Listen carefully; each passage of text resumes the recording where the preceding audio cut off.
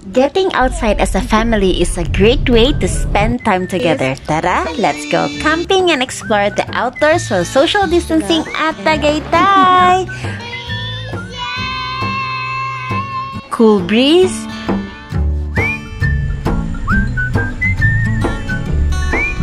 fresh air, friendly staff. Tapos, nag-offer kami ng, doon ka anak, wait lang, sorry. Seryoso na. Open space where children can be free and run wild. Let's make beautiful memories that will last a lifetime. This is Kalmado Campsite! Ayan, hello guys. Ako si Ate Ange. Welcome to Kalmado Campsite. Nag-start kami, very new lang kami, 2021, February. Nagbukas kami ng mismong Chinese New Year with only one group of camper.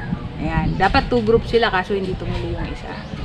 Tapos, ang first experience namin dito sa Kalmado Campsite talaga is dahil nabuksan lang namin to dahil sa ano ng mga kaibigan baga, advice ng mga friends na syempre malaki yung lote kung baka sakali na dahil tumatambay din kami dito at nagka-camp, mga riders sila.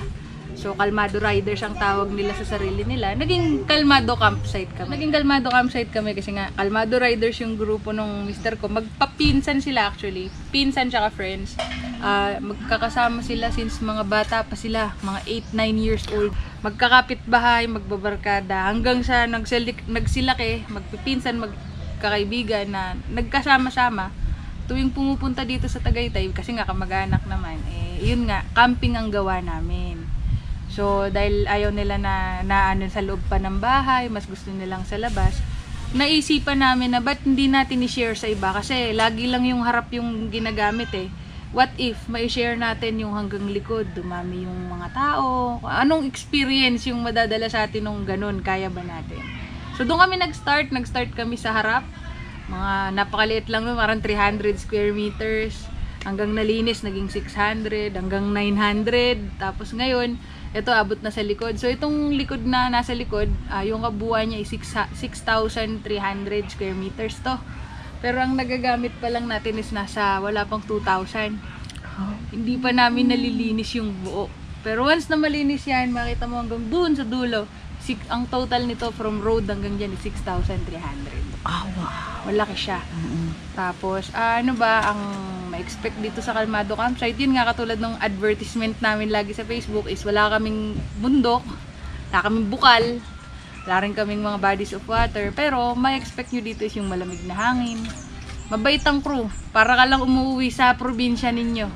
O hindi hassle na yung parang hi, hello, sige bayad ka mamaya. Walang ganun dito sa amin. Dito expect nyo mayat maya may kamusta na kayo dyan? Kompleto ba kayo?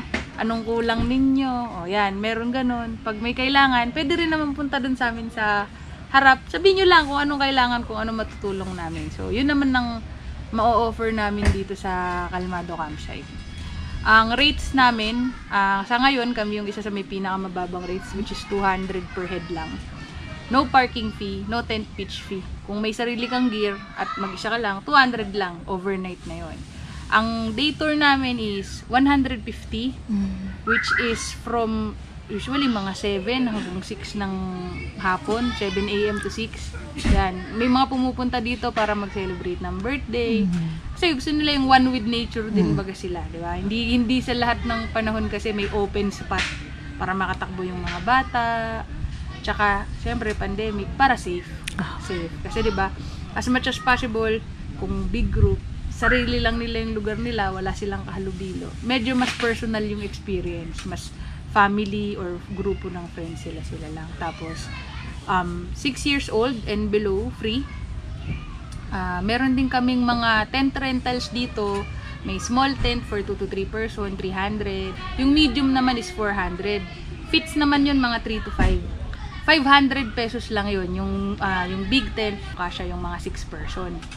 Tables, 50 pesos lang ang charge namin. Sa ngayon, wala kaming rental ng upuan. Nagpapahiram lamang naman kayo ng upuan. Tapos kung wala kayong sarili nyong gears like butane, meron kaming pinaparin na butane stove. Kung gusto nyo mag-sangyupsal, may kasama na rin na grill kung gusto nyo. 250 kasama na yung can ng butane. So, yun, marami ka na rin maluluto sa isang can ng butane eh. Tapos, mineral water, 50 pesos. Yung kulay blue na malaki, yung may gripo. Oo. Tapos, yellow is 50 pesos. Purified ice cube siya. Halos 5 kilos ata. Yun yung ganito siya kalaki na. Yung griller is 50 pesos. Ang uling is 25. So, kami na rin yung gumawa ng sarili naming uling. So, pagkatapos yung ang charge lang siguro, lalo na sa overnight, tsaka yung mga nag-work from home, is electricity charge. Kasi, pero the whole stay, 100 pesos lang yun. Pwede kang mag-laptop, pwede kang, kunyari, mag-charge, sound system. Meron dyan, pwedeng papahiramin na lang namin ng extension. Meron ding hammock na 50 pesos per rent. Kung meron pa kayong ibang kailangan, no? Anything na kailangan nyo, like kunyari, kape, wala kayong pansit canton, mga panimpla, pwede naman kayong bumili dun sa tindahan namin. Meron kaming maliit na sari-sari store dun sa harap. So, anything na kailangan nyo pa, meron kami doon. Pagkatapos, on weekends, Saturday and Sunday, libre aming bonfire. So, community bonfire ang aming Saturday and Sunday. Around 9 PM, nagbubukas kami ng community bonfire para sa lahat. Weekdays, and yung sariling request na bonfire na malapit sa mga tent nyo is 100 pesos. Kasi medyo naubusan kami ng kahoy eh. Hindi na kasi kami nagpuputol ng puno, kung ano lang yung mga scrap, yun ang kinukuha namin. So, ayun. Tapos, kung kunyari, tinatamad na kayong magluto ng breakfast or work from home kayo, talagang gusto nyo lang ng escape and wala kayong time, nag-offer din kami ng silog meals. So, sa ngayon, silog meals pa lang yung meron tayo. Pasensya na po doon sa mga naghahanap ng mga full menu.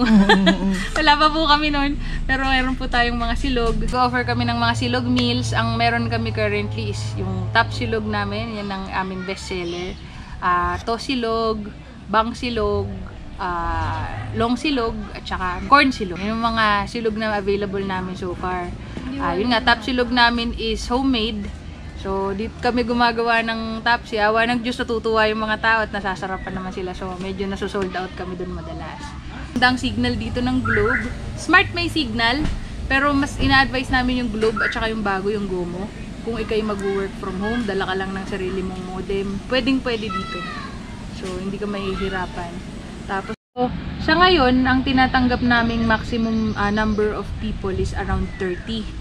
30 lang, at saka ang maximum group namin as much as possible kung mga aabutin namin yun is 8 groups lang.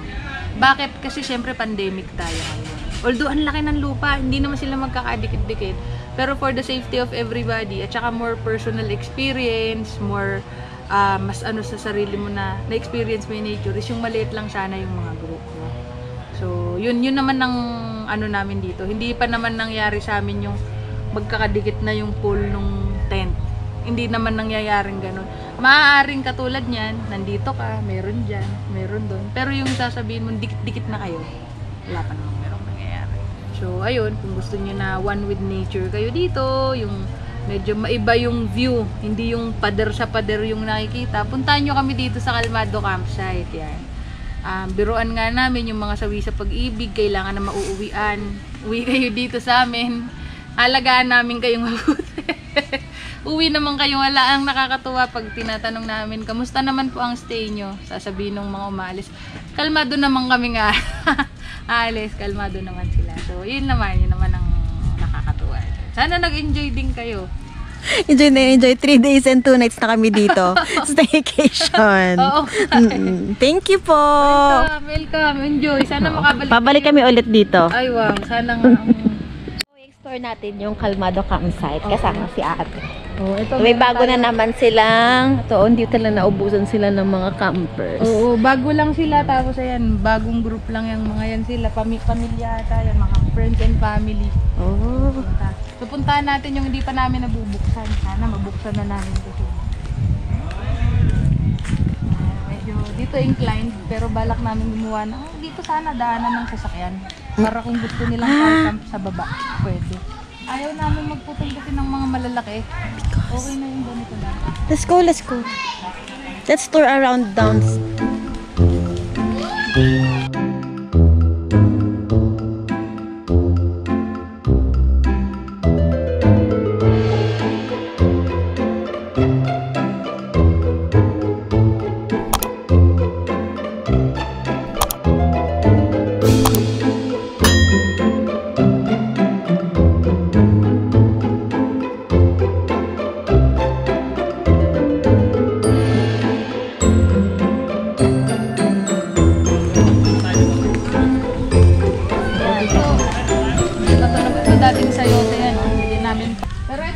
nalilinis tong parte na to ng camp. Balak namin tong i-open kasi may mga gusto nung experience na wilderness talaga, no? Oo. Ayaw naman nila nung sobra bagang kasukal. Oo Ito, naman. bukas na to. Ahas. Especially ngayon na may naulan-ulan. Oo, Ay, oo. Napakaganda ng spot na yan. Yeah, oo. So ito, Ito, stop ko muna. Ay, oo. Ang ganda. Ito siya, oh. parang magic forest, no? Oo. Gusto namin ito nabubuksan, pero pag nabuksan namin ito, hindi siya pinapasok ng araw. Wow. Para hindi kang balahibo ko. Wow, ang ganda. Ay, oo nga. Ay, ang saya. Flat ground. Oh, flat ground. And there's sa mga puno, sa mangga. Mangga. So kung makikita mo yung root ng mangga, lahat ng daon nasa ibabaw na kasi nagagawin sila sa sunlight. So napaka-dreamy. Pwedeng pang photoshoot. Mga Hindi friends namin ko. basta mabuksan yung site na to kasi baka biglang dumami yung tao. Pero ito, mabuksan yan. Maganda na. Ganda, no? Pero ito bang mga puno na to ay tinanim siya mismo? Tinanim ni Nana. Ah! Nagtanim ng halos lahat ng puno dito yung may-ari si Nanay Delia. 1995 na lang ito nabili. Nagtulong-tulungan nila yung tanim ng mangga, puno ng santol, langka, yabaho. So, ayaw namin i-distract yung napakagandang environment. Oo. Babag na ulit mga babi, damo. Ang ganda. Sasaka lang namin yung doon kasi bangin yun eh. Bangin dahil, may ilog? May saba pero malalim masyado. Hindi maabot ang tubig. Hindi makikita. Nakakatakot sa kapag may lasing.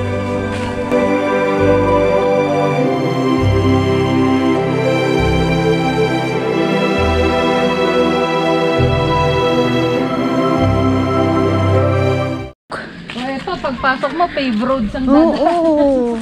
Ito siya, hindi ba, ano kasi ito dati, pinyahan. Oh, the secret spot. Ito rin, o, diyan kami nag-uuling. Ay, Yung mga puno na, meron kasi mga punong nabuwal, diyan na namin nilalagay. Ayan, malalim kasi. Ay, Sobrang lalim, bangin talaga. Eh, baka lagyan nga nyo ako, siya ng ano? hanging bridge ang balak. Yeah. Ano lang, Hanging hindi bridge o namin alam. kaya ano, tara nga natin. Kung nakakatakot na lalim, oh, hindi ko nga alam kung may tubig pa iyan eh. Hawakan kita, baka. Diba? Ay, oo. Lalim, oh. Ah, so wala siyang tubig, no? Oh, tingin ko Ah, meron oo. pero konting-konti lang eh. Pag umuulan, maagos yan. Pero pag mga ganito, hindi masyado. May creek siya. No, yung blue, yung sabi ko sa'yo na ibon na blue. Ba? Ayun, no? Ah, Ang ganda nun, kulay blue talagang blue na blue. Oo, kahapon baka dito bahay niyo. Mm. Mahulog ka Yun, na yan. oo. Yun, oh, yan. Yeah. Hold tight. Medyo tuyo siya pag umuulan. Ang ganda dito. Diba? Oo, pwede Ganda hanging bridge. Oh, kaya. Pwede palinisan nga. Ang Kaya dami. nga, ito dito kami Ang ganda. nag-uuling. Oh, dito sila nag-uuling. Namin na, diba yung kalsadang ginagawa, ayan, dito namin nilalagay. Nakapag-uling. Sayang kasi yung mga kahoy. Yung ibang kahoy, yung bonfire sa harap, nakita nyo, ganyan yung kahoy. Dito lang namin kinukuha. Ito, marumi. Dito yata nahanap namin yung ibang basura, mukhang natuntunto ng tao. Sara ko na to. Ma'am, pwede mo siyang ano, pwede kang bring your own trash. Actually, Rules ganun mo ang- yun. Ano, tinanggal Isuot ko mo yung... dun sa may rules. O, ganun na nga gagawin namin. Gagawa na kami ng ganun, clean as you go. Kasi dati naman responsible yung mga campers eh. Dahil dumadami ang tao, hindi mo naman kilala. Ito, ang ganda, pwede. no? Pasok ka, sir. Ang ganda dyan. Sila Kali. Sweet beautiful. Sweet beautiful. Natakot na. Sa forest ah. So, pag nalinis tong spot na to talaga. Kung pwede dito mag-campsite doon, kaya mag-tent. Unti-unti hanggang napalaki namin, no? Na by request lang ng camper, ma'am, mag-extend na po kayo. Gusto po talaga namin kahit walang ilaw. Eh di, oh sige, linisin natin yung spot na yon para lang mapwesto kayo doon. Hanggang sa umabot na sila dito, awa ng Diyos, meron din nag-i-spot dito. May sarili silang ilaw. Kasi ano namin, dinidisclaimer namin na dim light ang camp sa taas, street light ang may offer namin. Pero kung may gear kayo at kaya nyo, dito na kayo. Eh, mas maganda yung spot. Sana, kahit man lang maka 1 year kami, masaya na kami sa Luna. Na-share man lang namin to. Ay, ganda nung. Uy, wag mong tanggalin. Ang ganda ng bulaklak, ma. Bulaklak in the wild. Ganda. May ko lang nakita. Marami na rin kami nakuha ang halaman dito na magaganda. Yung sahod yaman, mga ganon. Sa halip na grass cut. Hindi. Flat ground lang si dito. Doon lang yung incline. Oh, may ilaw pa kayo. Kung panalo ng subject.